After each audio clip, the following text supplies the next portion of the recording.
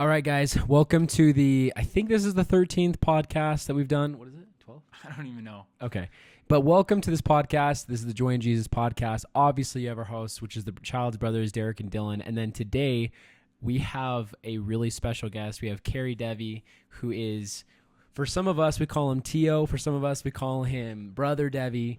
He carries many names, but I want to give a quick intro to who you guys are going to be listening to today and the reason why we're listening to Brother Devey. So Brother Devey was our ministering teacher. So our, what is it? What are they called again? Home teacher. Home teacher. That's crazy. So a home teacher, and he was also our Cub Scout leader, and he was also our young men's leader growing up. And Brother Devey used to share these experiences when we were, and Brother Devey, you'll notice he's one of the best storytellers of all time. And so one of the things that I'm so excited for is when he would is to give you guys the experience that we had when we were younger.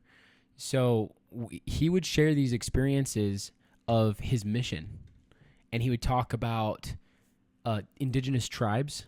He would talk about testimony building experiences. He would talk about moments in the mission that were hard.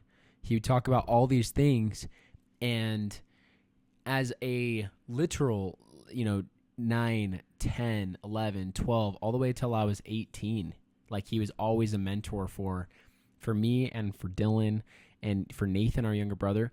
Little did we know is the missionary stories that he was sharing was going to be of our same mission. And so and I remember, and maybe we just jump into this in a second, but I remember getting my mission call. And Brother Devey, you remember this well too. Yeah, I remember. So I'm getting my mission call, and we're gonna go do it at the church. And Brother Devey's showing up, and he's like, he's going to Paraguay, and we're like, yeah, cool. Sure he is. Yeah, everybody's throwing in their guesses, they're pinning their stuff on the wall, and you just looked at some people, and you're like, no, I'm serious. I know he's going. Your mom asked me where I thought you were going to go. I says, I know where he's going to go. I says, I had the feeling on the way down that you were going to go to Paraguay. Your mom looked at me. She said, do you really think he's going to go to Paraguay? And I says, I know he is. And a couple of others in the ward, oh, he's going to go to Brazil and all this. I said, no, he's going to Paraguay. And I just kind of left it at that. When you opened up your call, your mom comes up in front and she starts pointing back at me. You picked it. And Brother Devey was right. I went to Paraguay, and then Dylan went to Paraguay, and then Nathan went to Paraguay, and now we got some Paraguayan stories and experiences. Yeah, los hermanos paraguayos. Yes, That's what we are, really. And we're excited to share some of these things that inspired me and Dylan and Nathan to go on missions, and some fun cultural stuff about our mission. But we hope that this is also inspiring to you guys to where you're like, oh, like this is what it's about. So anyways. Yeah. Honestly, like just to think that like even before this, I was just telling Brother Devey, I was just, we had a conversation of how everything just kind of comes back full circle of how much you have been able to influence us. And then we have you on our podcast, like talking about missions, and it's cool to just see, like, it's even the parable of the seed where you planted a seed in our hearts, like way back when, when we were just little yay tall, right? Yeah, exactly. And, now we're being able to share these experiences, which blows my mind, in all honesty. Like, I never thought I'd be doing this. So this is a very cool, rare, like very unique experience. Like, dude, especially with mate. Yeah. Like, Vamos a tomar, huh? dude, like, yeah, no, literally, like, who would think that 3 men from Utah, white men, would be drinking some grass juice? Yeah. I don't know. Remedio juju. Yes. Hace falta. So yeah, Brother Devey, like, what I think one of the first questions, like, give us a little bit of an intro on what that was, because you would always share these stories with us, right? Did you ever think that you would have an impact like that? That you'd have an impact that would carry like this? Or when you were serving in those callings, I think one of my first questions is, did you think anything past it? Like, what did you think when you were a Cub Scout leader and a young men's leader, and like what were some of those thoughts? The one thing I just wanted to share was, the feelings and thoughts that I had while I served in the mission, So, it was, to me, even now, I still wish I was back in primary and some of these other places, because, that was where I found myself, In Paraguay, they say "Seaya," and I said, "Yeah." Yep. I said, "May I?" That Spanish is forgetting, but anyway, those, they were impactful for me because I got to work with young men like you guys. I never had the idea that any of this would come so full circle as it is, and have such tremendous young men, and all those years, that I was in the young men's, in the different capacities, I never had one young man, not one, and that's in all honesty, that I didn't feel like I didn't have their respect, their love, and trust. And, kids are rowdy in church and different things, but I never had a rowdy class. I thought every one of you guys were just absolutely phenomenal. So for me, that was just priceless for me. Those are 18, 20 years in primary and scouts and that I just, they forever will hold a deep spot in my heart, Yeah, and it's cool to see how it's reciprocated too, because, right, I remember getting my Eagle, and you got the mentor pin, and then I know like 3 other people on that same Eagle Scout ceremony received the they gave mentor you the pin mentor as pin. well. And you have like this sash of mentor pins, and it It's been fun, and they're just tremendous young men. So that's where I've been repaid, is seeing some of them already as fathers, and soon to be husband and fathers and that too. So to me that's the reward that I'm feeling like I'm receiving. So that's really cool. That's really cool. Honestly, I just want to give a little context of what the mentorship pin is, because I feel like it's very special to me. Like I hold a lot of pride saying like, hey, I'm an Eagle Scout. I was able to be like one of the last generations to, get their Eagle before the church, stopped endorsing it. But the mentorship pin pretty much is just, it's a little symbol. It is a pin. It's a little symbol of that you give to somebody once you are accepted into the Eagle's nest. You give to another Eagle Scout, who has that same rank, that has been a mentor or a leader or a role model in your life, growing up. And so like that really is honestly super, super special. And I feel like there's this little, I don't even know how to explain it. It's like this cohort group, like very, very tight knit, of Eagle Scouts. And so I think the mentorship pin is like this huge symbol of like, I look up to you. You have changed my life. And, I gave my mentorship pin to Derek and to my dad. And that's not discounting that Brother Devey hasn't done anything for me, but you really have changed my life. And so that's kind of what that means. That's just it really is a big symbol of like, you are someone who has, changed my life. So. Yeah. And I feel like if we didn't talk about scouts with Brother Devey here, because that was so fundamental. Like I'm thinking about like all these memories in my childhood, and I hear people that had like poor childhood memories. I don't feel like I had those, because I felt like we had such a brotherhood that was connected. And I think that Brother Devey, something that you did is you could tell that you loved either the boys or the scouting program or both. And because it meant a lot to you, it meant a lot to us. Like, and that trickled down. And I have my, watch this. I got my Eagle Scout card. I got my Eagle Scout card right Where is it? It's right next to my temple recommend. Right there.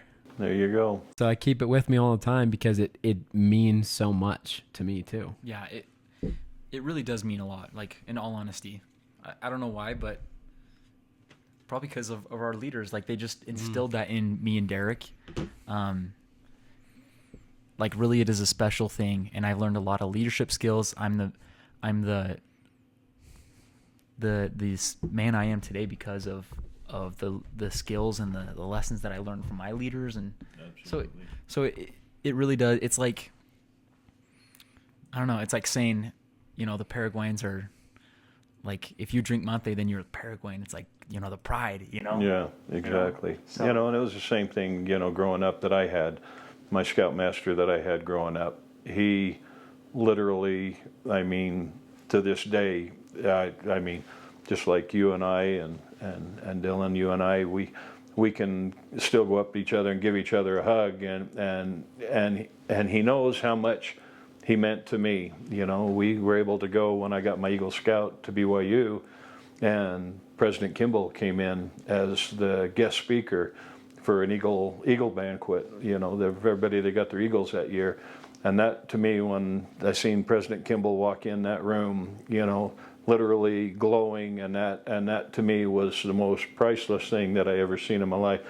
Yeah, I was a Boy Scout and I got my eagle, but a prophet of God came, and when I seen him, and he was the one that issued my mission call to Paraguay, was President Spencer W. Kimball.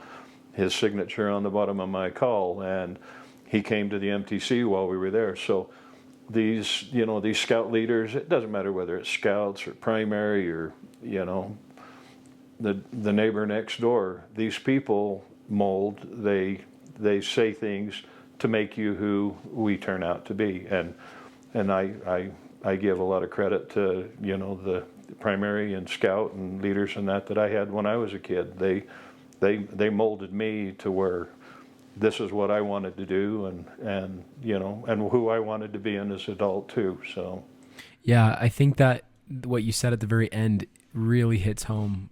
It's like who the people, those leaders, formed us. It created a visual of what I could be and I wanted to be through example and through how I felt. Like there's something magical when you feel God's love through someone. Absolutely. When they're willing to sit down with you and sit through the pain and the patience, and like Brother Devey, you know so much more than we do, especially when we're 9, 10, 11, 12, and the incredible amount of patience that you have. And I think that also translates to being a father, and like also a type of heavenly father, right? A type of, those lessons are eternal lessons.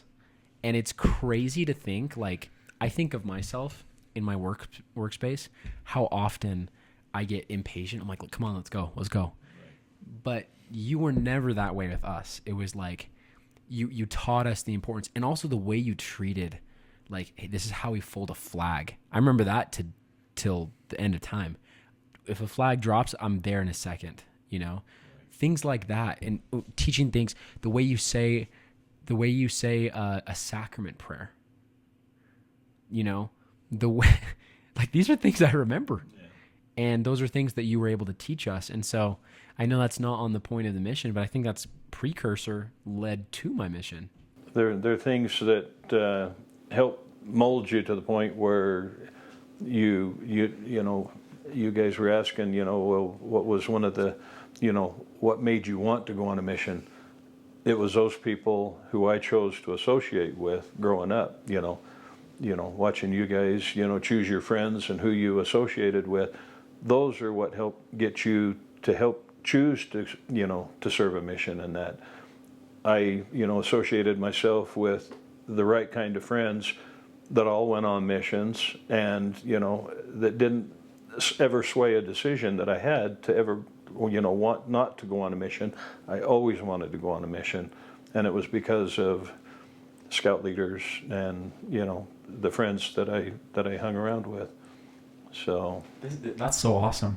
I think it's so important to have people in your corner who are rooting for you, who are there not only just as like father figures, but also there spiritually, you know. And I think it's cool that we call Brother Devey Tio. Yeah. Like it's It'd be better abuelo.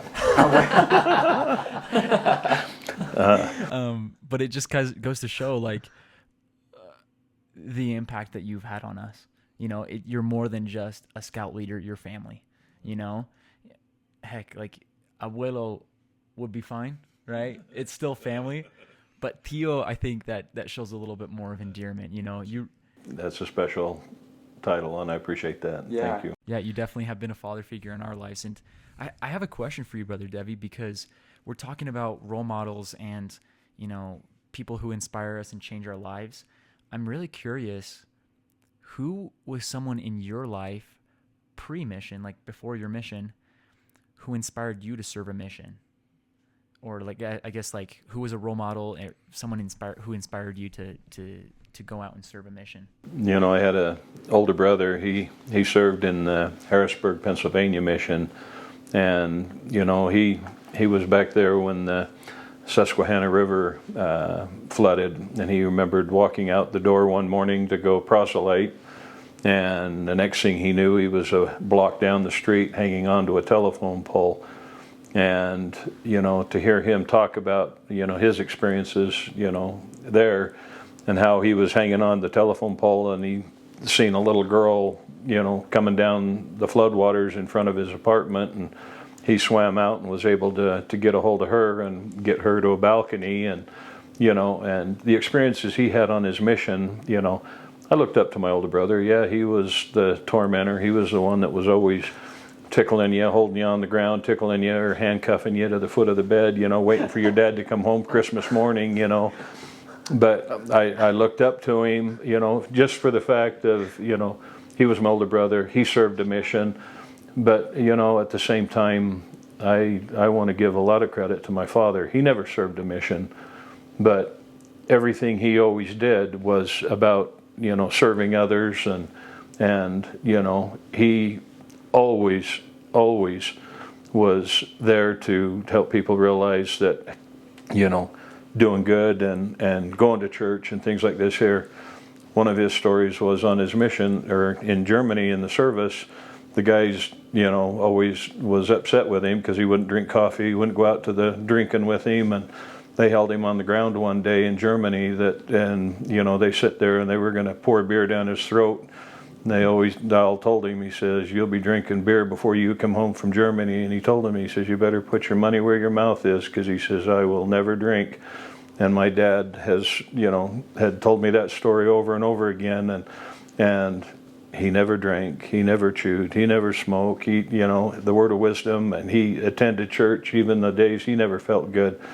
He would lay there in bed, and I'm sick today. And he says, well, let's see how sick you are after we all leave. And, you know, it wasn't very long, you'd be getting dressed and going to church.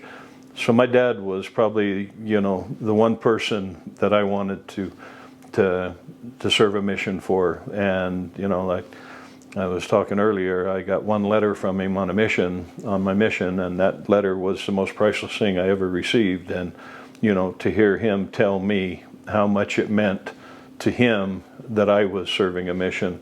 So, and I don't think my older brother got a letter from him on his mission, you know, but I did, and that meant a lot to me. And I owe a lot to my father, and he walks on water as far as I'm concerned. He was very special to me. Yeah, and your father, it sounds like the things that made him stand out that way is because of his example, primarily. Absolutely. Yeah, he was just through and through, and you probably saw that and you admired that. You know, there's something about how we admire people who do the harder thing, the thing that's not of the world. It's easy to do the things of the world, but we admire those people that will hold us or see us bigger than maybe we see ourselves. The harder thing. Didn't say it was going to be easy, but it was going to be worth it. Yeah. Then, you know, now you're to this point, you're seeing what it was that was worth it all. Yeah, that's so amazing. So, Brother Devey, you got out to the mission, And when you got to the mission, I'd love to ask, start us off with a few mission questions. I think one of the first ones is, what would you say is one of the most impactful mission experiences that you had that still sits with you? There's some that are just absolutely, just priceless. And I'm sure I shared with you when I was home teaching, but I was in one area I think it was in Concepcion in Paraguay, that we were able to go on Sundays and do the sacrament for this 94-year-old widow lady and sister. The lady just didn't sound right, sorry. Widow sister, that her and her daughter, this lady was, disabled. She couldn't do anything. She was just bedridden. And anyway, my companion had to go every Sunday and give her the sacrament. And my companion would sit and visit with her daughter, and I would sit and visit with this one sister. And she and I had the most wonderful talks. When she was baptized, I think when she was 90 years old, and they put a chair in the baptismal font and to baptize her. And, so she never really knew anything other than, in a wheelchair or bedridden. But I'd sit and visit with her, and she says, Brother Devey, she says, I'm not scared of dying. And I says, oh, she says, I have angels every day that come and visit with me. She says, I have seen my Savior. He says, he has came and visited with me. And I am sitting here thinking, I thought, that you don't want to call it a blasphemous, comment or anything like that. But when that sister told me that angels come and visit her, and I'm sure they anointed her or whatnot during, the days that were so difficult for her. But in my mind, I could see how perfect this sister was and that she deserved every bit of that. But when she says, I have seen my Savior, I had no doubt in my mind, and to this day, I can still see her, and I can still hear her words telling me that. And we were there one day, and I sat and held her hand when she passed away. And I felt sad at that time, but I thought, this is the most special moment. I got to hold her hand and hear her last breath, and I know what was waiting for her on the other side. To me, that was to have met her and to heard that story and to know her. That to me was my most priceless mission experience that I had. To have somebody have that kind of a testimony, that kind of I don't know whatever way you want to look at it, but that was to me, I thought, okay, I can have that same kind of a thing, that same kind of, those feelings and those experiences as well. And I've had some pretty similar ones. I've not seen the Savior, but I've felt the angels, lift me up in times of difficulty and that. So, but that was probably one of my most priceless ones. I feel like, Brother Devey, like some of these experiences that we share on our missions, like you just shared, like most times you only get to experience that on your mission, and I think that's probably what inspires a lot of young men nowadays, is hearing these stories and them being inspired. Like, I want to hear stories like that. I want to have experiences and testimonies like that. And that's one of the factors that came into play as I served a mission, is I wanted to come back and tell my kids and my grandkids and, mis sobrinos, like, yep. Right? My adopted nephews. There we go. And my adopted uncle. There right? we go. The kind of stories that changed my life forever and that changed my spirit and my soul and the way that I minister and teach, right? Because look, you're the person you are today because of that. Well, I'm not perfect by any means, right. but those experiences definitely molded who I am and the testimony that I have and the desire to serve like I have. Those experiences, you cannot deny that you had that experience. You cannot deny that. Just like Joseph Smith. He says, I knew I had seen who I seen, and I can't deny that. It's not worth thinking even the consequences to denying what I had the opportunity to see, to feel, to learn while I was on my mission. Yeah, it'll change your heart forever. And I think part of the reason why it stays so present to you is also because you stay in the faith. Because it's interesting to see that there's a lot of people that start to justify, like, oh, that I was just very emotional that day. They'll say these things that deny the fact that the Spirit was there. But it's typically when people start to live away from the Spirit. And I think that one of the reasons why it's so present still is because you've carried missionary work throughout the rest of your life. The thing that was also so impactful, I wrote this down, for me as you shared that, isn't it interesting that the most powerful experiences in our lives are when we give? Isn't that so interesting? It's when we're in service. And I think that is one of the most Christ-like things, to be outward focused, to be others focused. And I love that you shared that story. And that 94-year-old woman who's in here is able to see how that's carried. That's right. What's her name? Nyakata was all I can think back. I've been trying to think of her name. All I can remember was Nyakata. And Nya, just for like context, Nya means like señora in Guarani. Yeah. Like Nyakata or like Nyakiti. Like that's cool. So that's cool that you remember that. Nyakata. Yeah, I can still see her sitting in that little room, laying on her little, almost like a little cot that wouldn't have a 4-inch foam mattress underneath it and pillows, and I can still see her sitting there or laying there. So that, how many years ago? 45 years ago. So it's crazy.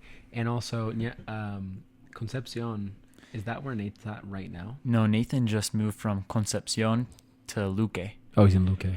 And for any both areas, which is where Brother Devey served. Yeah. Concepcion was the very northern country, and then right next to it, I got to serve in a little town called Orqueta, with a little pitchfork, I guess is what it's translated as. That was an interesting experience in itself there. So, what were some of the areas that you served in, by the way? Yeah. Like, I'm just. When I first got to Paraguay, I served in Rama Centro, right in Asuncion itself. When I got to the mission home, I got to look to see where the new missionaries were going, and there was 5 of us.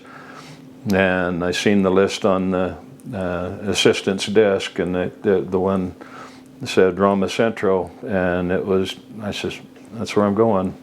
And I spent like 6 months right in the city there. Then I was in Lambaré, and then I had an opportunity to go serve in construction. So I went and actually one of my good friends growing up got called to Paraguay. He was just a little bit older, so he went down to Paraguay just ahead of me, which was, it was kind of interesting. We all wondered, well, so where's Paraguay? We're all spinning the old-fashioned globe trying to figure out where Paraguay was. But anyway, I ended up in the same area with him.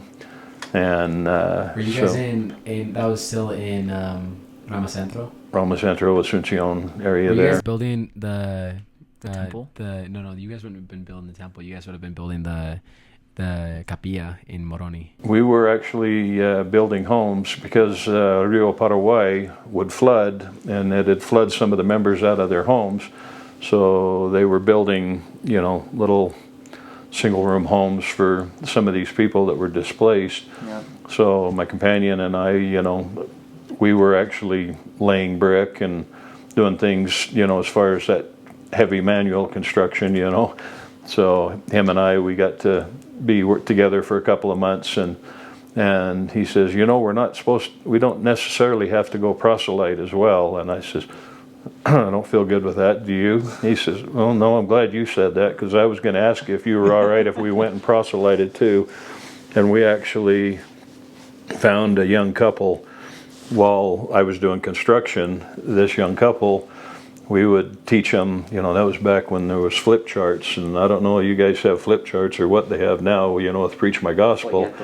But anyway, we'd have these flip charts, and one of us would hold a flashlight on the flip charts and teach, while the other, and then we'd take turns holding the flashlight on the flip charts, talking about the different discussions. And anyway, he and I found this young couple, and we told them that, in order to get baptized, they needed to be married and that. And right at the end of my mission, I was just about a couple of weeks from going home. I was back in Asuncion. That was my last area. I was right back in Asuncion, right in Rama Centro again. And I was walking with my companion, and I hear this young guy hollering, Elder Devey, Elder Devey. And I stopped, and when I realized who it was this young man that this friend of mine, that companion, that had found. And he says, guess what? We got baptized. And I says, we never knew, And he says, would you come give my wife, she's in the hospital, would you come give her a blessing in Cruz Roja, the Red Cross Hospital? And it just was absolutely priceless, because we just had such a wonderful experience with him, sitting in a little carport, that they were living in is basically all it was, with a curtain hanging in front of it. And, that was probably just so special, just for you to come home to know that somebody you had taught, and you didn't know whatever happened to them, that you actually seen, the other elders had continued with it, and was able to, see the missionary work go forward with them. So that was pretty special. It's like having one of your, I'm just gonna say it to make it easier, but like one of your converts, right? We say like people that you helped baptize, and but one of your converts, like it's like seeing them go through the temple. You're like, whoa! I was able to, see them from step one to step wherever they're at, and go through the temple, and receive even more blessings. And you're like, that is the most fulfilling thing ever. You feel empty and that when you get a transfer and you don't get to finish, teaching somebody. So to me that was, a lot of times we go out as missionaries and we don't get to see, the real fruits of our labors, but you've actually prepared somebody else, prepared them for another set of missionaries to come in and have the experiences that they're entitled to too. You never know what, even the friends that you talk to at work and things, you don't know what impact that you're having on them. So to me that was just one of those cool moments that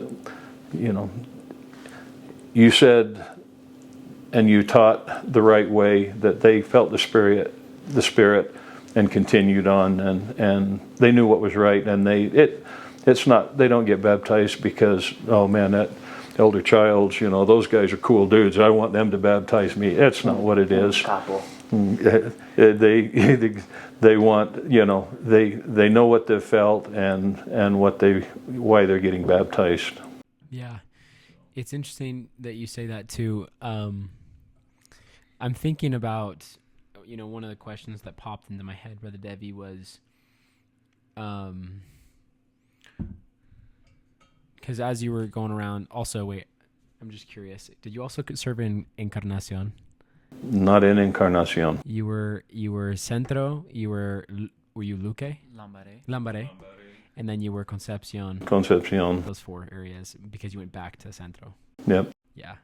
That's awesome. Yeah. That's so cool. The fact that we know what he's talking about too. Yeah. Yeah. Like even 40 years after Brother Devey served your mission, we're like, we got you. They know exactly. And the fact that I'm like, yep, Lambaré, right next to the river, did construction because they got flooded. I'm like, I know what you're talking about. And if I'd when I was out, they changed the missions from 2 years to 18 months.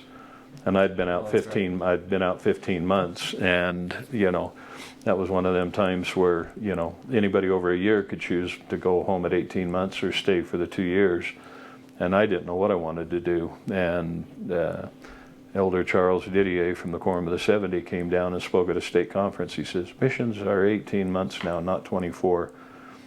And I thought, okay, they're just like somebody threw a book at me, and I says, I guess I'm coming home at 18 months. And then, of course, just as I was getting ready to leave, The assistants told me that, well, I would have been one of the next elders to go out with the Chulupi Indians, which is out into the interior, which had just gotten baptized. And I says, no, I want to stay now. And they said, no, you have to go home. You've decided to go home. I said, no, I want to stay. And they wouldn't let me stay. Otherwise, I would have been out with the Chulupi Indians, which would have been absolutely a priceless experience. So. I remember in my mission running into a guy when I was in San Lorenzo. I was in Tayasuape, which is like the outskirts of the Centro area. And I walked into this guy, and he's like, I know you, because we're wearing like a name tags. And I'm like, I don't think we've met before. And he's like, no, I know the missionaries. And he's like, you guys are teaching us. And this guy looked like a normal Paraguayan. But what he did is, as he went into town, he dressed up. And he was the chief of the Chamacoco tribe. And he was over there. He's like, we're building a capilla right now in our tribe. And I thought it was so amazing to watch, like, that whole scenario, just like how there's seeds planted. And one of the first thoughts that came to my mind was the story that you told about the people seeing a great white God and lining up the Book of Mormon with the stories that they had. And so maybe I don't know, I'm like throwing that one out there, but maybe you want to tell that story, because for me, that was very impactful. Yeah. You know, that we were in one of the areas, and it was later in that night, we happened to run into an American, and we got talking to him, and he saw us first, with our, missionaries, and he says, elders, and anyway, he says, well, I've got a few things to do, but he said, I'd love to come visit with you. So he came back to our apartment later on that night, and he was down with the church investigating stories that the Paraguayos had as far as, similarities with the ancient stories that the Paraguayos had about Christ coming to the Americas. And, that he says, this gentleman, I wish I could remember his name. I probably have it in my journal somewhere. But he actually told us that they have stories out in the hills in Paraguay where Christ actually came and visited the people of Paraguay. And we sat there until 3-4 o'clock in the morning with this guy talking about all these things about what he was found out, how the Book of Mormon just basically just went everywhere in South America, and how the people all came to be where they were in South America. So to me, that was just absolutely phenomenal that we're getting some of the stories even from the Paraguayos of seeing the great white God come to and see them on one of the hills out in Paraguay. The history of Tupa Muruti. Tupa Muruti. Yeah, That's right. That's crazy. I guess I have a question for you, Brother Devey, because I mean, we've talked about some mentors that you've had, what kind of got you out in the mission, what motivated you, some impactful stories that you've had in the mission. I'm really curious. I totally forgot my question. I guess. Oh yes. At the end of your mission, did your idea of what a missionary was and what it meant to be a missionary, did that change at all from the beginning to the end of your mission? I think the thing to look at there is, why do we go on a mission?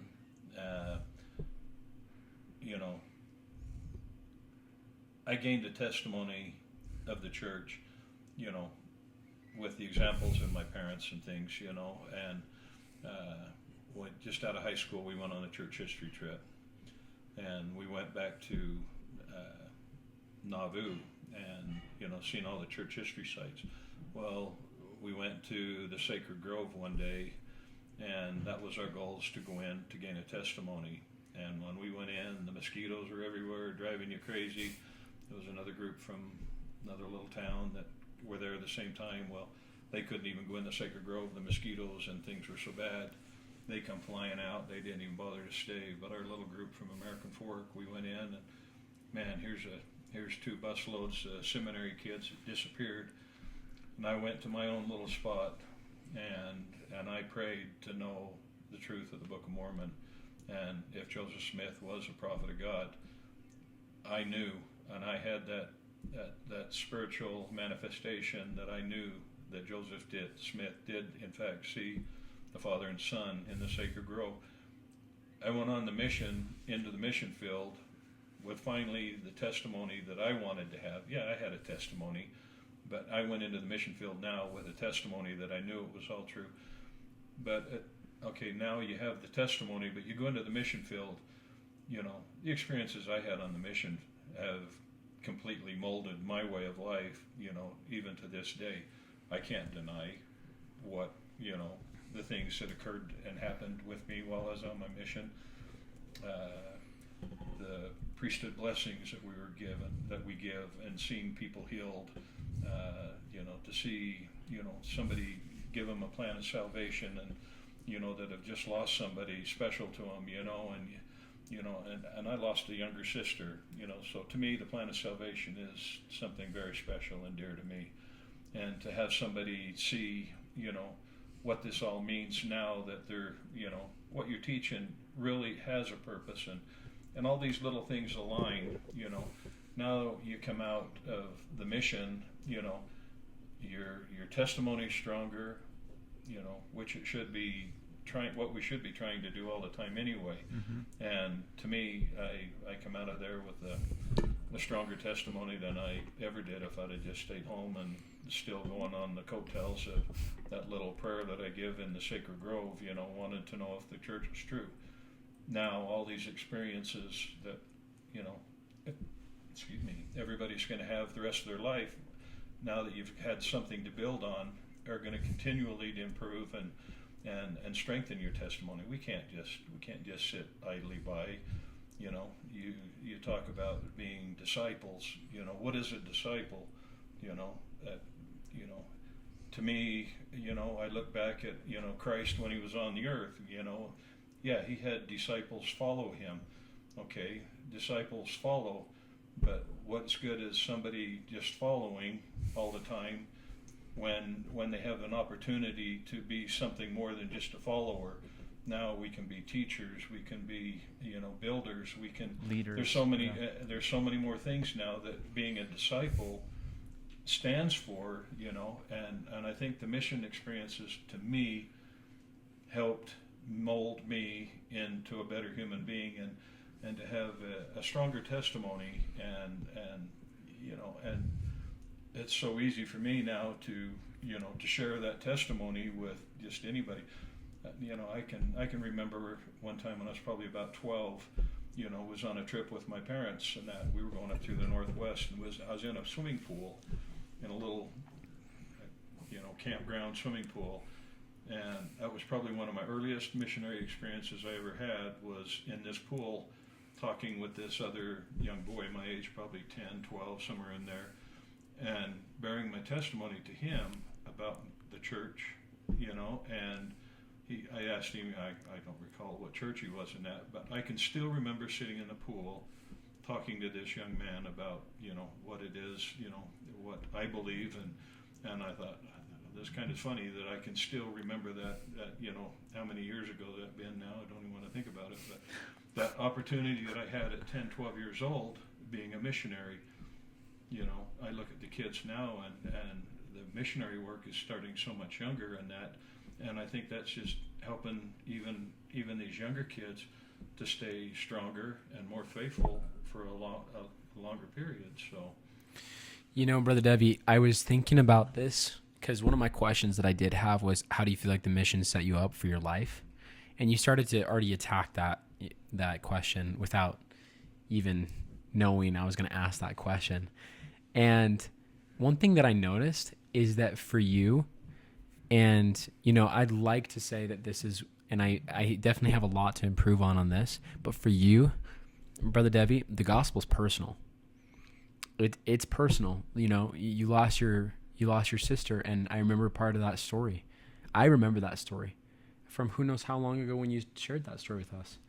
And, and it's a hard story. And you know what? The plan of salvation means something to Brother Devey. And priesthood power, or like the power of prayer. Like, you had the experience where you took it to God in the sacred grove, and maybe we have our own sacred groves, right? But testimonies cover so many different aspects of the church. It's not just, okay, yeah, you have a testimony of the prophet Joseph Smith. You know that he was a prophet. You have a testimony of the plan of salvation. If we just sit idly by, you're only going on one testimony. You're not looking at how many different, a testimony is something that you feel strong about and you believe and so, hey, there's more than just one aspect of testimony, or there's more than one testimony that you can have. And, why do we just sit there and just bank on one testimony?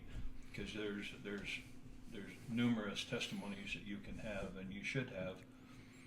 So. And it's interesting. It also reminds me of like the story of the, like during, is like 1949 when there was the gold rush. Is that when it was? The 49? And there's that classic story of the guy who's searching for these big nuggets of gold. Right. But the guy that's getting rich is the one that has the small ones, and he'll occasionally get a big one. But isn't that similar to some of our testimonies where we have a lot of little things, and then we have occasional big ones, but we're getting rich off of the flex all too. Those little ones will smelt down to one large nugget. So tell me about what do you feel like some of those flecks of gold have been? Because your mission was, there's these occasional nuggets, right? And I think we can all relate to that. There's these occasional nuggets. But what are some of the flecks that you've continued to find since the mission because of your mission? Or what are those daily things that are the testimony feeders that have stemmed from your mission?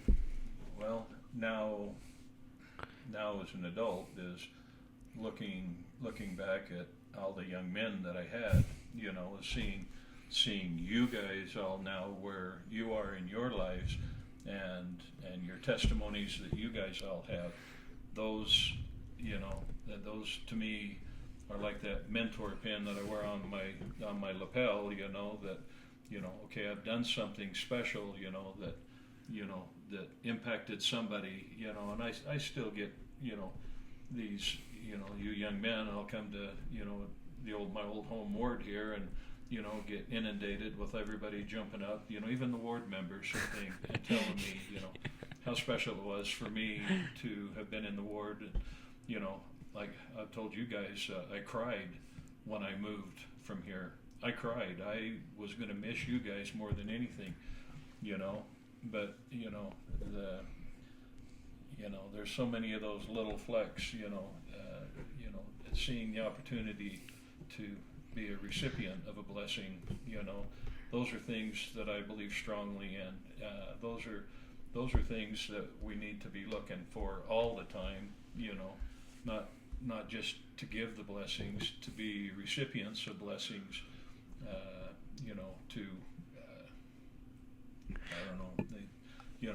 me, those are the faith promoting things right there. That's the hardest thing in the world, to ask somebody to give you a blessing. It's easy to, respond to somebody, will you come give me a blessing? Oh yeah, absolutely. But to humble yourself to the point to feel the need and desire to feel closer to Heavenly Father and have somebody else help you get that, we see these opportunities that, and I think it's a better direction now with things as ministers instead of home teachers. Home teachers was a responsibility.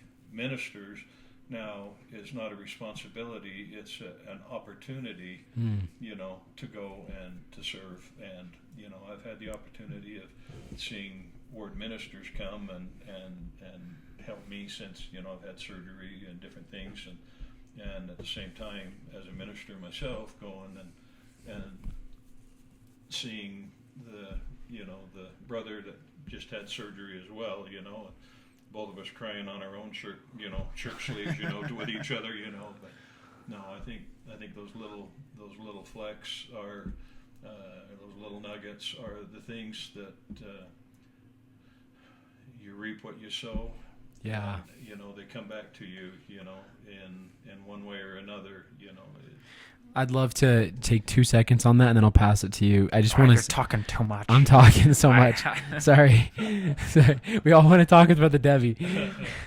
But one thing that I did take away from what you said, and maybe so that others can grasp what maybe this is a nugget not just for me, but what I took from that is like the flecks of gold since the mission, or the habits that are the fulfilling habits since the mission, have been much of giving.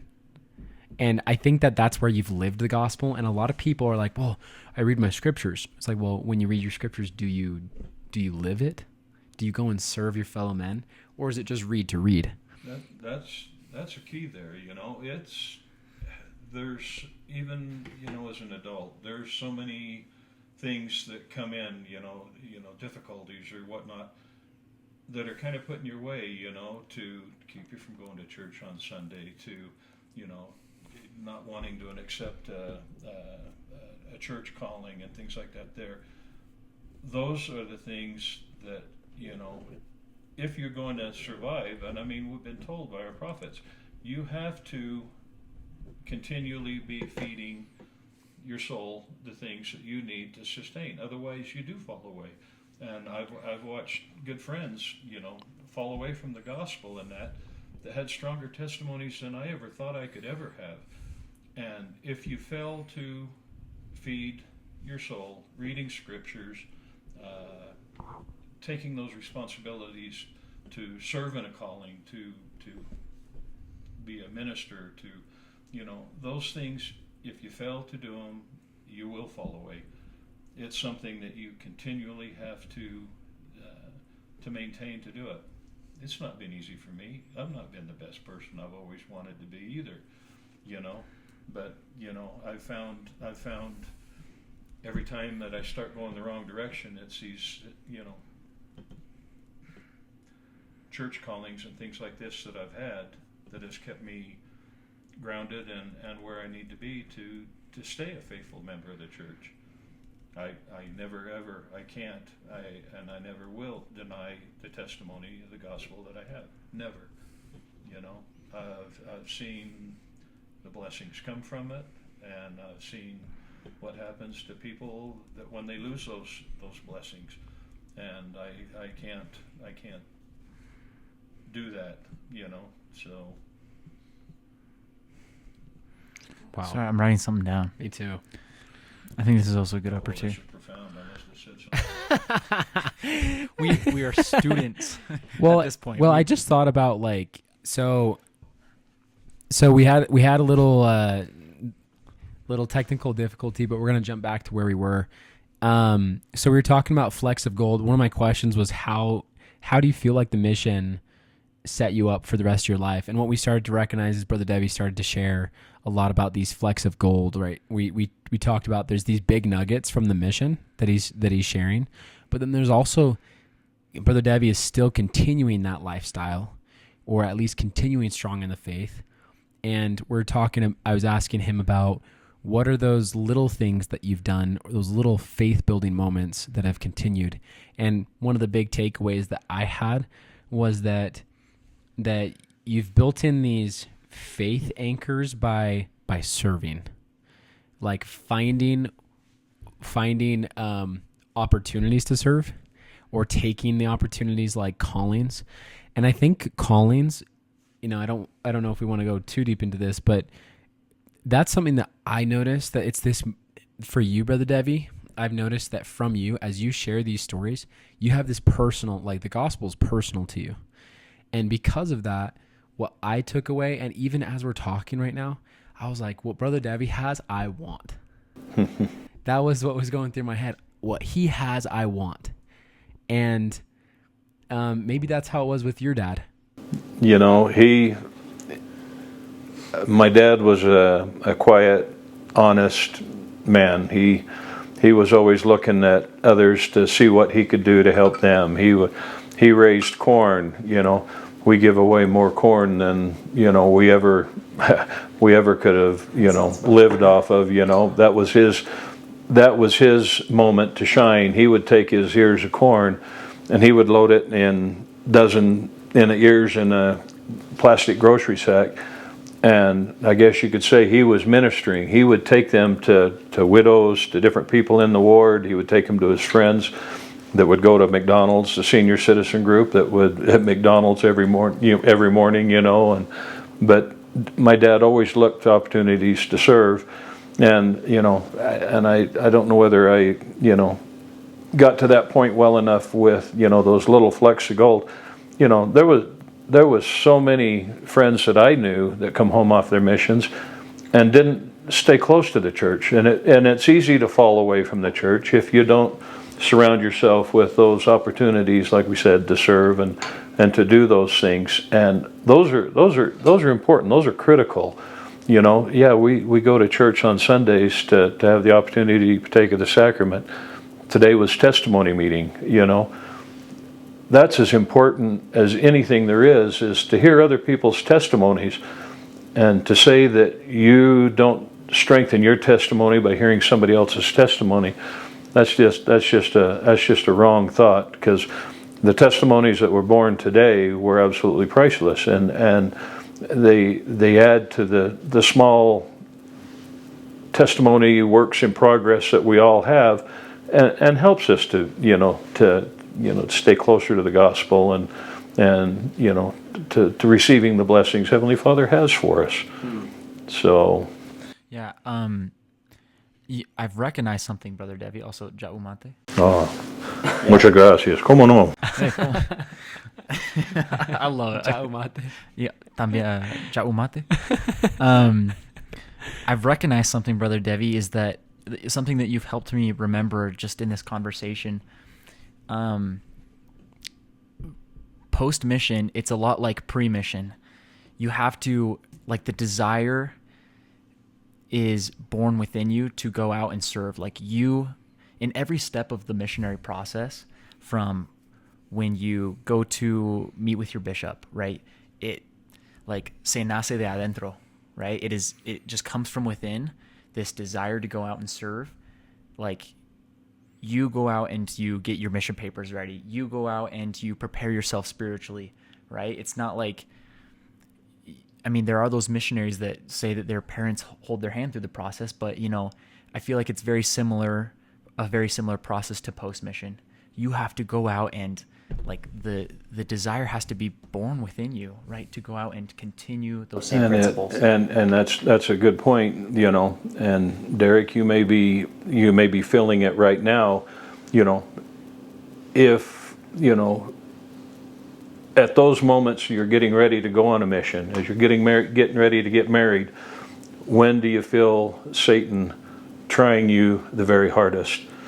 Yeah, I had a couple of companions that should never have been in the mission field.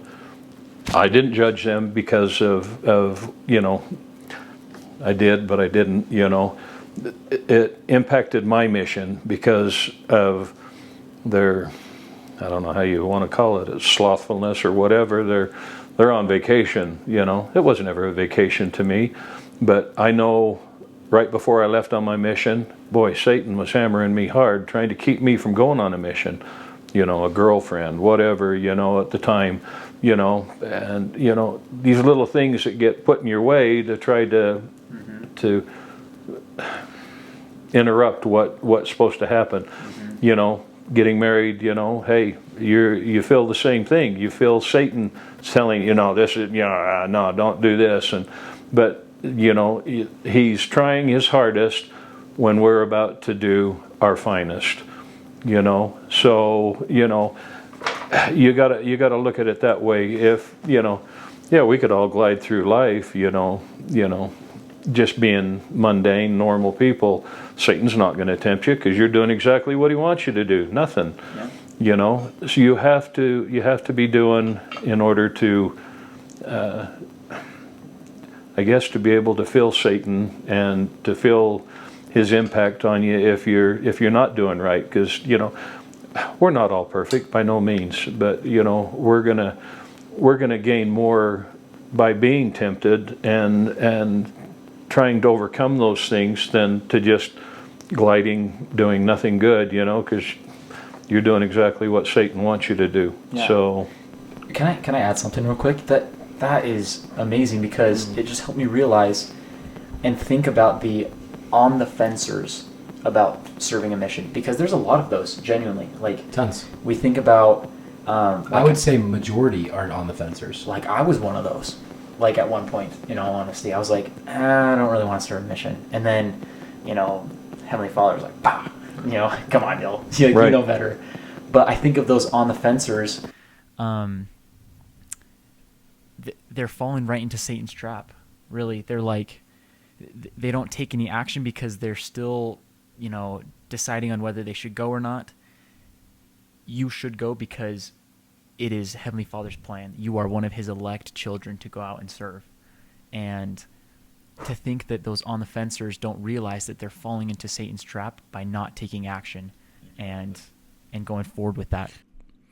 So one of the things that I noticed with what you said, Brother Devey, too, or that you said, Dylan, excuse me, is it's interesting because you're talking about on the fencers. I have a number of friends that just went on a HXP experience, and all of a sudden they had this powerful spiritual experience, and they're like, cool, I want to go on missions.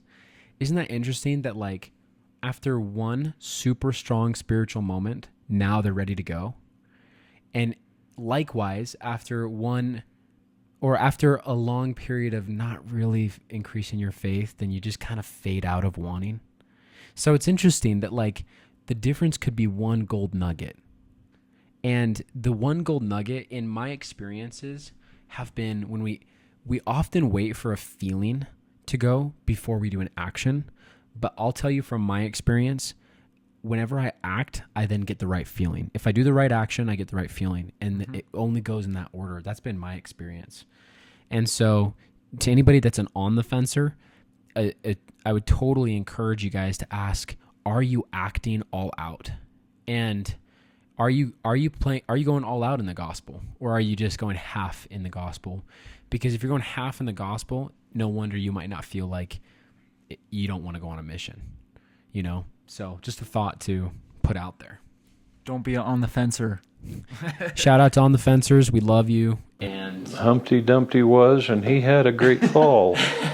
So, and you do. If you're either going to fall one way or the other. You can be on the fence all you want, but eventually you're going to fall one way or the other. And what side do you want to fall on? Do you want to fall on the side where it's padded and you're protected, or do you want to fall where, it's going to hurt and,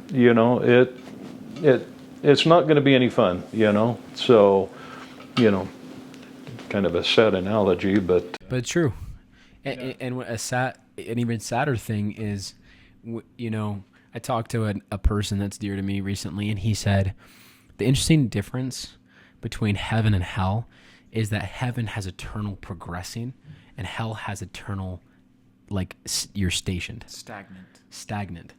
And it's interesting that, like, growth is directly related to heavenly or hellish. Right. And I think that that's really interesting what you said too. It's like, hey, are you putting yourself in positions where you're growing? Right. Are you, and you talk, there's two things that stood out to me too, is you talked about surroundings. Are you surrounded with those mentors, those good people? You said a lot of how you got on a mission was good people around you. I look at, friends that my older brother had, my younger brother had. Yeah, they're good friends, but were they the kind of friends that, you wanted to have surround you and all that? But, not taking away anything from, my brothers and that and what they had around them. But their paths were different than what I I should say, I made my path. You know, it's the path that I made. It's the path that I wanted to choose. So, you know, the friends that I had, you know, there was only one or two that didn't go on missions, you know, and they were probably health or whatever reasons why they didn't go. And, you know, and then you go another another brother or whatever, you know, that group of kids is an entirely different group of kids. They're, you know, for whatever reason, they didn't surround themselves with the right kinds of choices to make for each other, you know, and they didn't help each other through those choices, you know, and my friends helped me get through those choices, you know. So it's critical, it's important, you know, that, you know, watching all you guys when you were in primary and that, it's like I told every one of you, you guys are all your own best friend.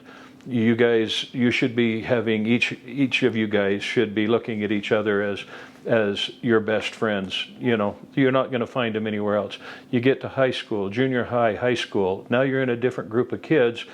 You need to have that same, you know, safety net around you to help you make those right choices. And I continually tried to make sure that, you know, I had friends that would respect what I felt and my beliefs that I had. Because once you get junior high, high school, you're away from your little neighborhoods and things. Now you're into the big picture, and you have to make those choices. So yeah, it's important to surround you with what you want to be. Yeah, I have this notification or this reminder on my phone of that I am the sum of the 5 closest people around me. Like my decisions, my actions, my thoughts, right? Absolutely. Is the sum of the 5 of the actions, thoughts, and feelings of the 5 closest people around me as well.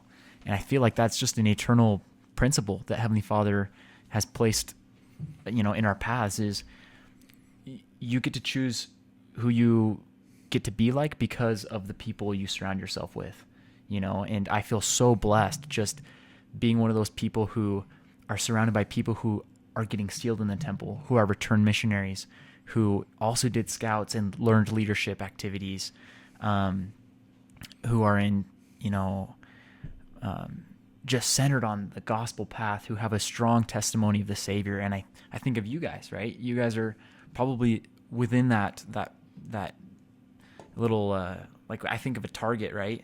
You know, there's the inner circle and then there's the outer circle and then another outer circle. I consider you guys one of those inner circle people, that I am the sum of, you know, you too, right?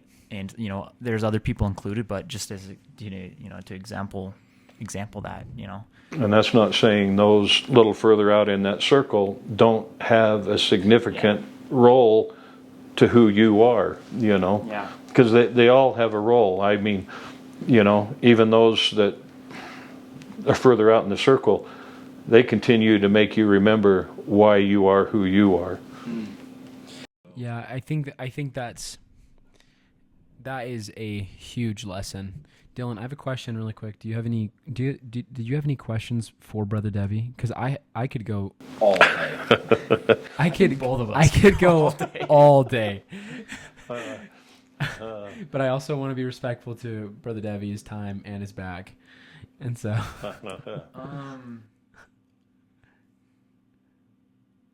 yeah.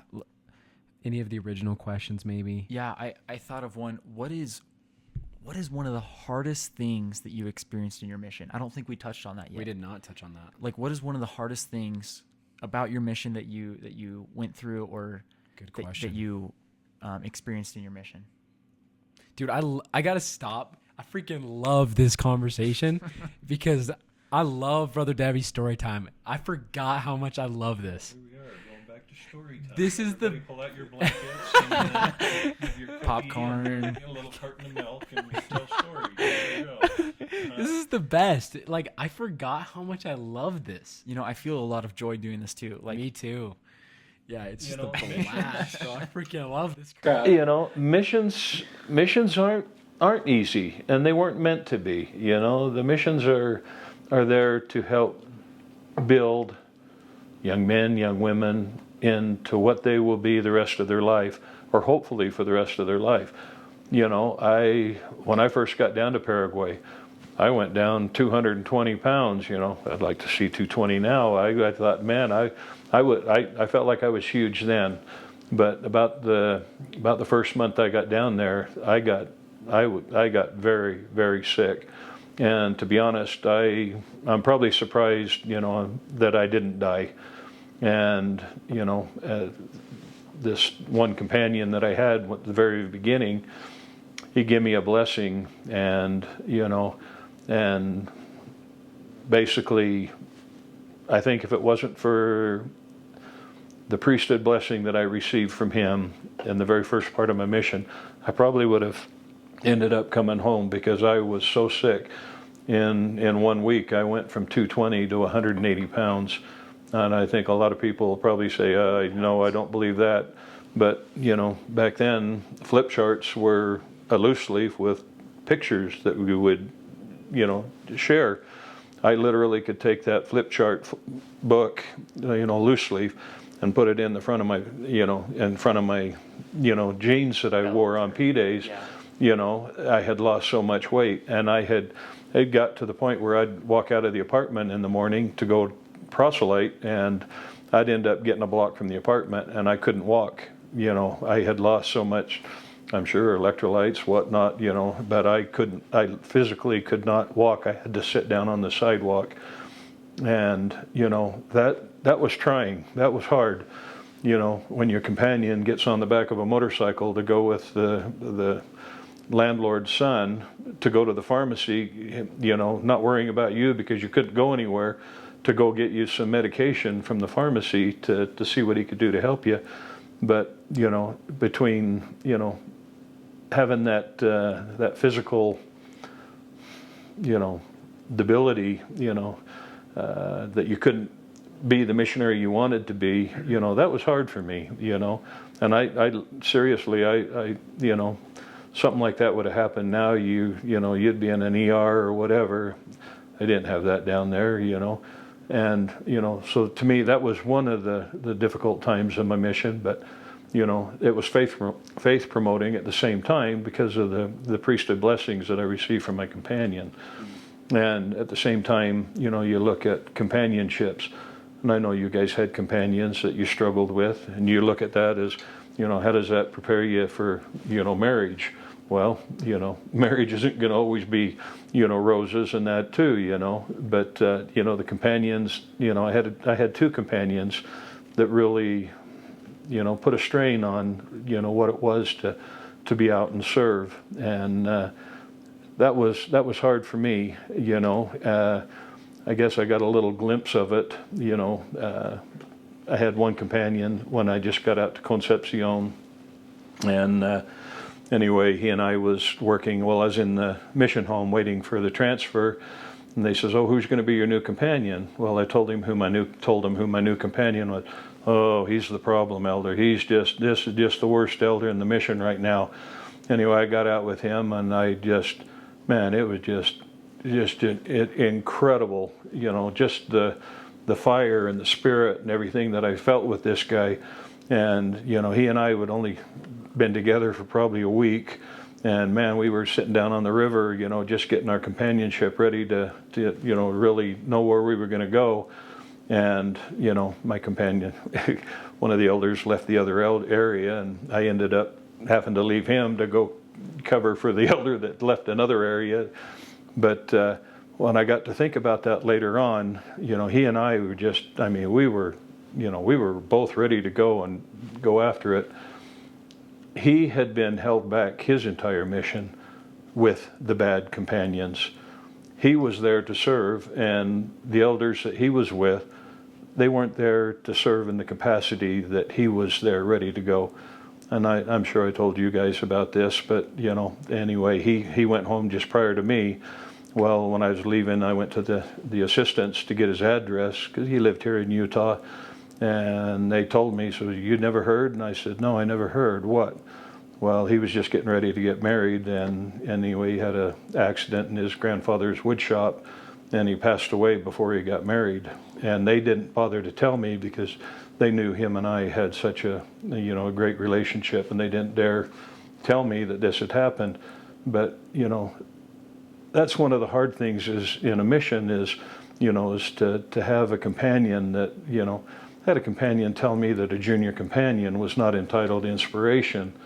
And I am going, seriously? I says, where did that come out in, my calling or any of this other, that a junior companion wasn't entitled to inspiration? We're all entitled to inspiration, every one of us. And one of the greatest experiences I had was having, that inspiration as a junior companion to go knock on this one door, golpeando la puerta, and, we found this golden young man, and we taught him, about, the priesthood and priesthood blessings and how to pray. And anyway, I was back with this companion that we really struggled. And I told him, I says, I have a feeling we need to go see this young man that we found, while we was on a split. And he says, well, he says, I don't know why. He says, you think we need to, I'm out here to baptize mission presidents, stake presidents, all this authority, people. I says, church don't revolve around all this authority. It revolves around having members, willing to, to live the gospel. And he says, well, fine, you're going to do all the talking. Well, anyway, come to find out, it was this young man had been praying all morning that we would come. And it was kind of like, I got to give the elbow to him and, tell him that, hey, I'm a junior companion. I received inspiration. You're the senior companion. If you thought you were supposed to have it, how come you didn't get it? You should have been feeling that inspiration as well. Not to take away from, that type of a situation, but we're all entitled to it. And it was difficult. It was really difficult to, to have those companions that were there on vacation and not wanting to serve. And, like the one companion, he wanted to serve, but he was the one being held back. Well, I think about that too. It's like, and what great experiences, and thank you for sharing that, because as priesthood holders, we're trying to prepare for eternity. And what children are, from what I hear and what I've been, is a little devil torment, to my parents. And it's like, you think about the amount of patience that it takes when there's headbutting and there's stubbornness. And you know what? Like, maybe I've been the companion that was headbutting stubborn, or maybe my companion is the headbutting stubborn one. Either way, I think God asks us sometimes, how do we react when those happen? Right. And what a training ground for the eternal progression. Right? That's huge.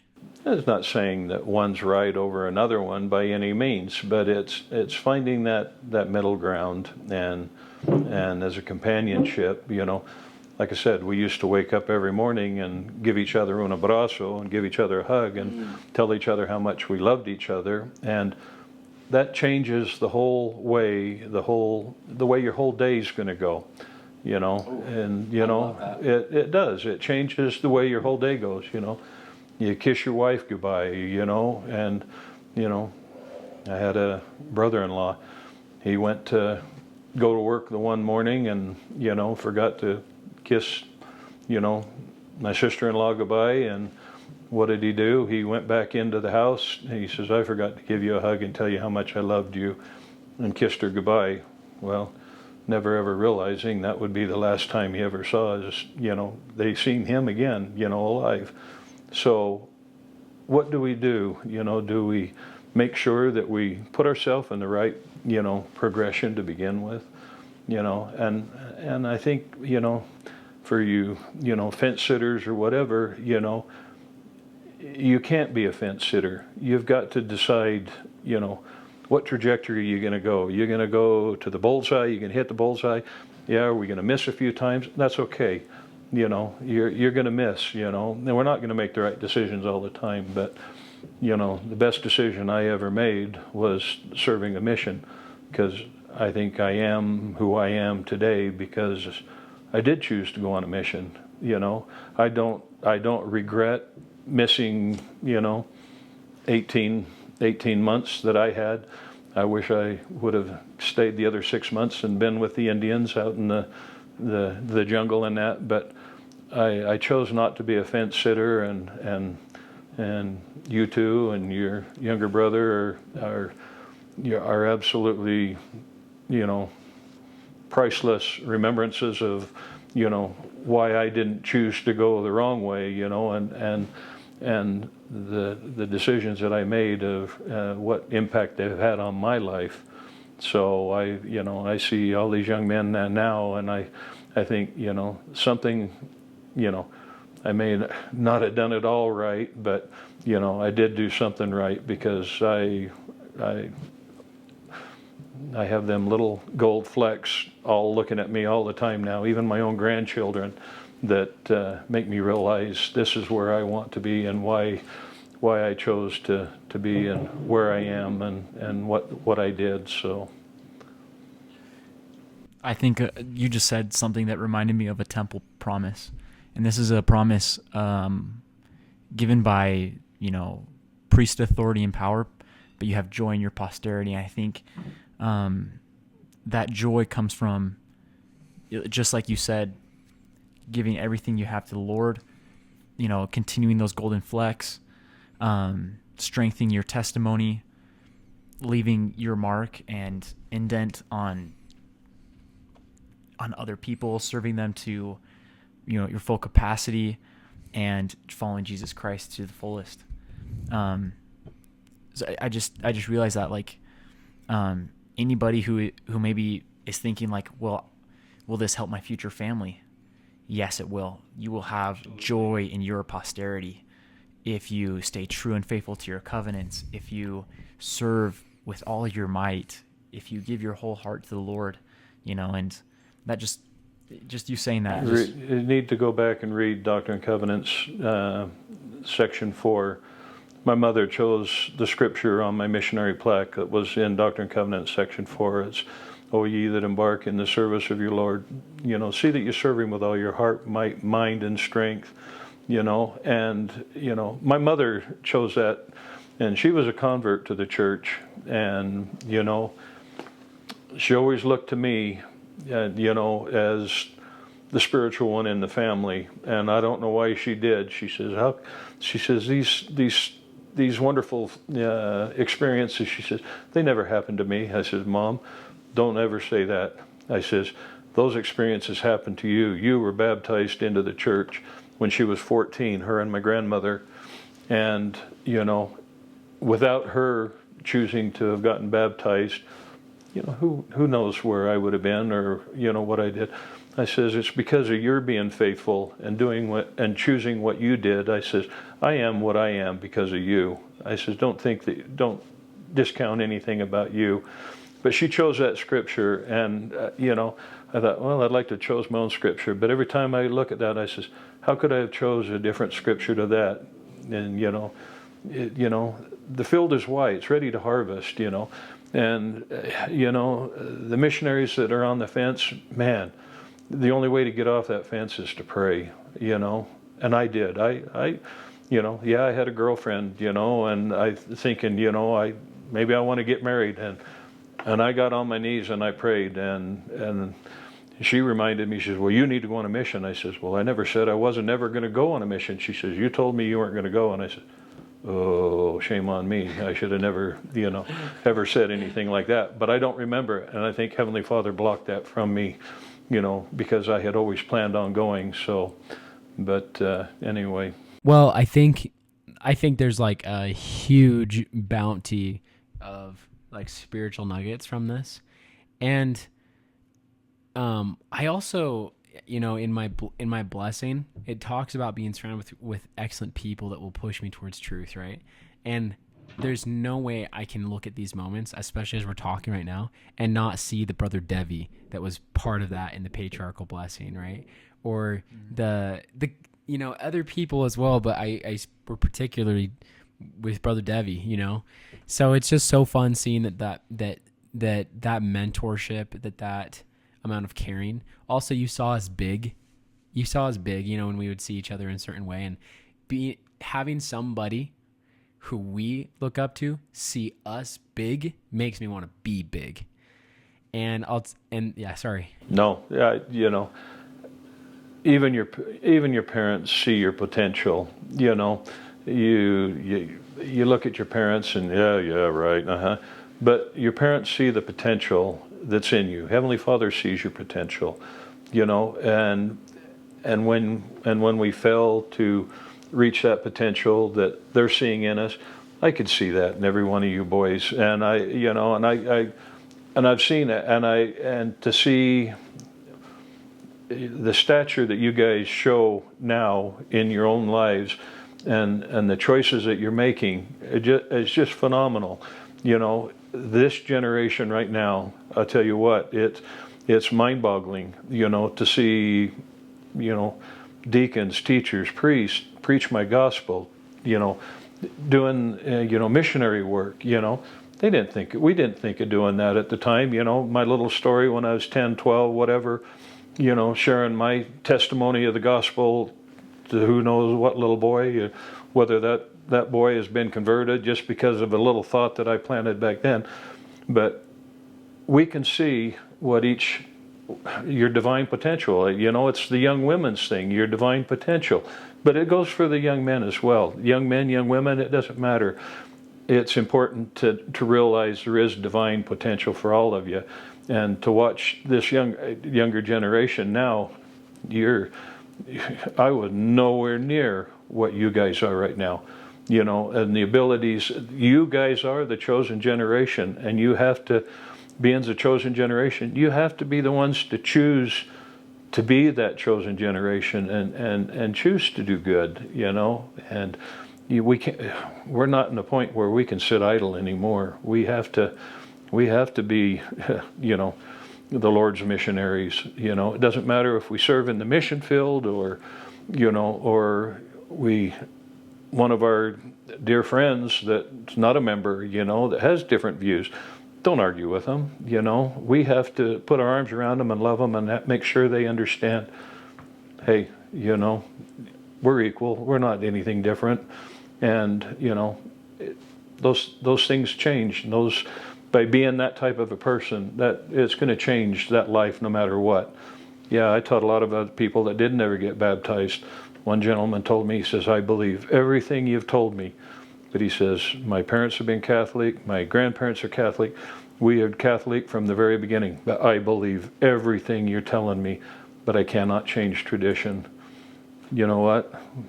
Comes a point where we need to change tradition and choose to be valiant, you know. So, the mission,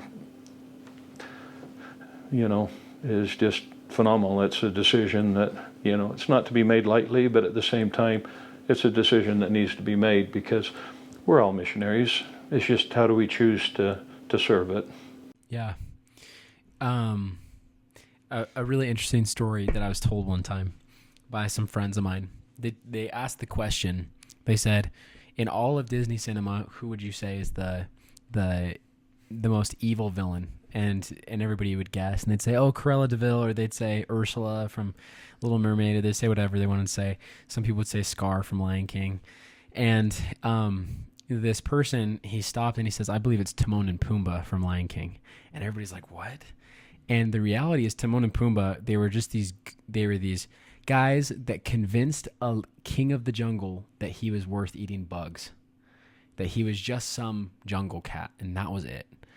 And wasting time away, literally wasting like Hakuna Matata, literally just like, dude, it means no worries. It's whatever, and that's the king of the jungle. And they were talking to a king, and they convinced him that he was worth far, far, far, far, far less. And you know, and the cool part about Lion King is that later his father reminds him of who he is. Yeah. And I think about how that is for us. I think one of the great things is when I went on a mission, in the giving of myself, I was reminded of who I am. In the giving of myself, I found who I am. And that's the truth. It reminds me of the story. One story that has inspired me in hard times is the story of Gordon B. Hinckley when he was on his mission. When he had a hard time and he mailed his dad, right? He wrote a letter to his dad, and he's like, this is hard. I'm struggling. This is tough. I'm really fighting. And then his dad sends him a letter and says, forget yourself and go to work. Right. And I know that the happiness we seek is behind acting as the men that we are. Even though we might not see it, I promise like all our listeners that if they go and act like who they believe they are, even though they might not know it, they'll get a closer like glimpse of seeing who they are as they act that way. You're never going to know who you are until you experience the faith promoting experiences that you have as a missionary. You know, one of my favorite books of all time growing up reading, especially prior to my mission and on my mission, was A Marvelous Work and a Wonder by LeGrand Richards. He says, you know, he was a priest that came to the tabernacle one time, and he says, you Mormons don't realize how important you are. He says, there's only two religions in the world that can claim divine authority and divine origin. That's the Catholic Church and the Mormon Church. He says, either you're right and we're wrong, or we're right and you're wrong, if I said that the right way. But he says, every other religion in the world today is a break-off because they didn't believe or didn't like something or another of the Catholic Church or the LDS Church. We're the only two religions in all of all the Christian believing religions that claim divine origin. And that was very impactful for me. You know, yes, I dealt with the Catholics in Paraguay, and one of the neatest experiences I had was the most spiritual experiences I had. We had a lady invite us over to talk to her about the gospel, and we kind of had a feeling that this was going to be a little more involved. She kind of had an idea of what she wanted us to talk about. Well, when we got there, my companion and I, we spent a lot of time getting ready to talk with this sister. And anyway, we show up and she says, oh, by the way, I'd like to introduce you to, this is my priest, or, you know, however it was, you know, and I apologize, I don't mean to be rude, but from her church.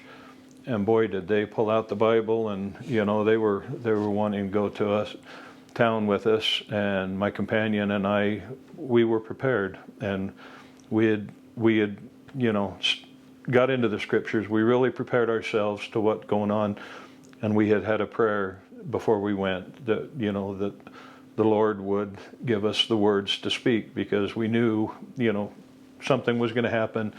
And my companion, he started, and Spanish was a struggle for both of us. It was, you know, it was my whole mission, you know, but he was able to be fluent and talk to these gentlemen. And when he got done, you know, one would ask another question, and then I would go, and it, you know, just the ability to use not our words, but what we were supposed to say to these priests or whatever they were. We basically shut them down in conversation to where they couldn't dispute us. They couldn't argue with us. We had confounded all their arguments in that. And the sister, I don't think it was the direction she wanted it to go, and she didn't, you know, I don't think she ever got, you know, any further with the church than what we did. But just the testimony building experience that we had by going in and having been prepared, to answer the questions, and not combative, but to give, insight and things that we had. We used the Bible, we used the Book of Mormon. We told them what the two were, they were the stick of Judah and and things, and they meshed together. They taught the same things, and to dispute the fact that they both were the same thing, they didn't get, but they couldn't argue with us on it. And to me, that was an incredible experience, just to have the words put in our mouth that we would have never been able to have shared. So But those experiences in the mission field, you're never ever going to have them anywhere else, nowhere else. Like I said, I am who I am today because of the experiences I had, in South America. The companions, we were struggling with a family and have an opportunity to see them struggling, and we go back to our apartment, have a prayer, and the other elders in the area come and know something was wrong, and our apartment lights were off, and they come and knew that we were there, and we had a prayer circle, and we went, all four of us, to go see this family. They ended up getting baptized, but they were struggling with real demons, whether to join the church or not, and they ended up joining the church, and it was because that's those special experiences that you see, and you use that term fence sitter, that it is becoming a kind of a terrible thought, Man, I hope we're not fence sitters. I really hope we're not fence sitters. I hope we're on one side of the fence or the other, and not doing this balancing act, trying to decide, what do we really want to be? Let's be one side or the other, Yeah. So make a stand. Did you have a question that you wanted to ask him to close out? Dude, I have so many questions I could ask him. Because I have like a closing question. Okay, let's hit it. And then you can close out with whatever. Okay, yeah, that's great. We could do this all day. We'll have to do round 2 of this. I think this is our longest podcast. Easily. Probably like And our happily. Like, we could do. We'll do a series. It's called the Brother Devey series, and we'll just bring him back. And yeah. I think we had a thought. Throw me off your pedestal, please. You're on our hit list. Something. I think we had an idea of like calling this series like Missionary Moments or something like that. Yeah, something like that. So, hey, look at that. You're round number 1 of Missionary Moments 1. Yeah. In all honesty, we've had such a great conversation. Like I feel so like my cup is full. for sure. My cup is so full right now, and I just feel like It's empty. It's right there.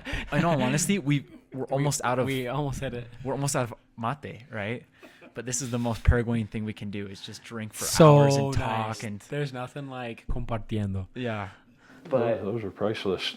Drinking tereré with los paraguayos. The mission president said, "No, we really don't condone it, but to sit there with those paraguayos and drinking tereré, and which is the cold version of the mate, and they'd look at you like, you guys are all right, and it did. It put you on a level playing field with them. So it was pretty special.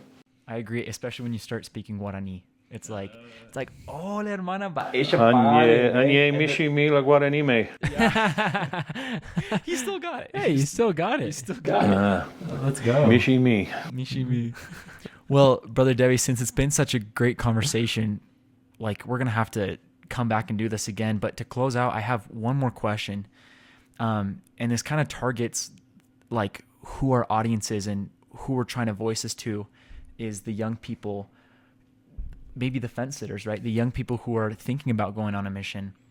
But what can you say to young people preparing for their missions? Like, how can they start preparing now for their missions and serving in the way that we've served and giving everything that they have to the Lord? It's search for your own testimony, and do you have a testimony? And I think it's those that don't have that strong testimony are the ones that are the fence sitters, because they feel like they don't have that power to be able to go out and teach the gospel. My dad was shy. My dad was not one that would go out and strike a conversation, but I think it's the ones that are struggling with the testimony that are the ones that are the fence sitters.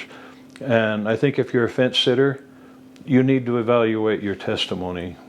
And to me, I really knew I was going to go. I always wanted to go. I hope they call me on a mission from primary on up. That song really inspired me to want to go on a mission. But like I said, when I went into the Sacred Grove and I had the opportunity to ask Heavenly Father if Joseph Smith truly was a prophet of God, and to have that confirmation, I knew then that yes, I needed to go on a mission. And if you have a testimony, you really only have one choice. You need to go out and share the gospel, and that's the most critical thing there is. Don't be just sitting here thinking, I don't need to work on my testimony any. Every day you got to work on it. There's so much going on in the world right now. We could go any direction you want, with naysayers of the gospel, and it goes back to one of the questions is, what is it to be a disciple? Are we just going to be the followers? I don't want to be a disciple that's just a follower. I want to be a disciple that's a doer. I want to be the one that goes out and chooses to do good, not just do me good, and all about me. It's not all about me. It's about bringing others up with me. And I'm not by any way, saying I'm the one ahead of you and I'm trying to pull you up with me. I'm right there with you, buddy. I want to, lift you up at the same time I want to lift myself up, So in order to be a missionary, you have to have a testimony. I struggled. I almost come home in the MTC. I couldn't learn Spanish. It was struggling with me. I could not do it. Languages shouldn't be hold you back from going on a mission either. Yeah. When do you ask for help? You're never going to make it if you don't ask for help. You're not gonna make those answers without asking for help and asking Heavenly Father, should I go on a mission? I think fence sitters are sitting there waiting for somebody to slap them and say, you need to go on a mission. No, that's not the missionaries we want. We want the missionaries to go into the mission field to have that testimony and want to share it. You just can't be, out there, spending mom and daddy's money on vacation, and that's not what you're there for. And I love that you called that out too, because I love how you associated the missionaries we want are the ones with testimony. And the reason why somebody wouldn't go out, I love how you brought that to attention too, are the ones that testimony is what they lack. And it's like, well, let's gain that testimony. And those testimonies we can gain. We have promises. And I love that you've shared that. And we've definitely grown in testimony even through this conversation, like you shared.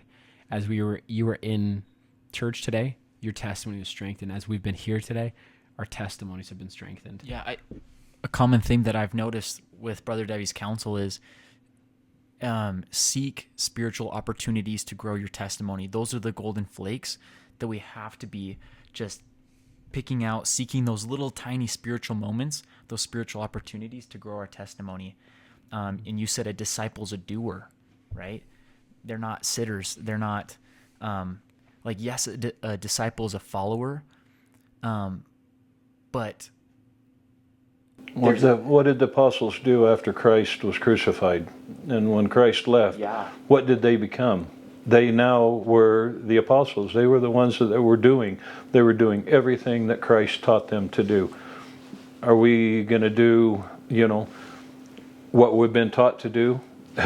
Well, what are you going to be doing? Are you going to be what you taught to do wrong or taught to do right? So, I love it. Well, Brother Devey, this has been one of the most amazing conversations that we've had in a long, long time. Yeah. And we just want to thank you, obviously, for coming on and just talking to us. But also, your wealth of knowledge is being shared with more than just us, which is really exciting. It was enlightening for myself as well as it was for you. It was wonderful to think back of some of the things too. That 45 years ago, 1980 to 82. So.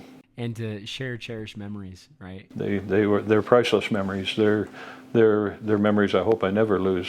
So I hope these these young ones that are deciding whether to go or not, I hope you choose to do. You are the chosen generation.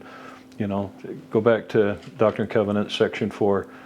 You know, their marvelous work is about to come forth, you know. So that's, again, you know, back to one of my things, a marvelous work and a wonder. Yeah. You know, it truly is. And you guys are the chosen generation. I was a little rougher. They didn't want me for being the chosen generation, but you guys truly are the chosen generation. Well, and you're special. And that's extended to everybody that's listening as well. Guys, we've been absolutely fed. And I hope that if you do have any questions, feel free to comment, or a lot of our listeners are in our close circles too, which is great. But there's a lot that aren't as well. So if you do, however you receive this, whether it's through Instagram or YouTube, either comment or just let us know some of the questions that you guys might have. And we love to bring on people who we see are just professionals in those things, or more experienced, things that we can learn.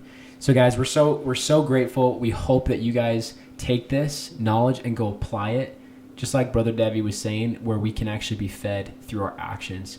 But I think that's it for this one, and we'll have more conversations to come. But until then, Ja Jopata.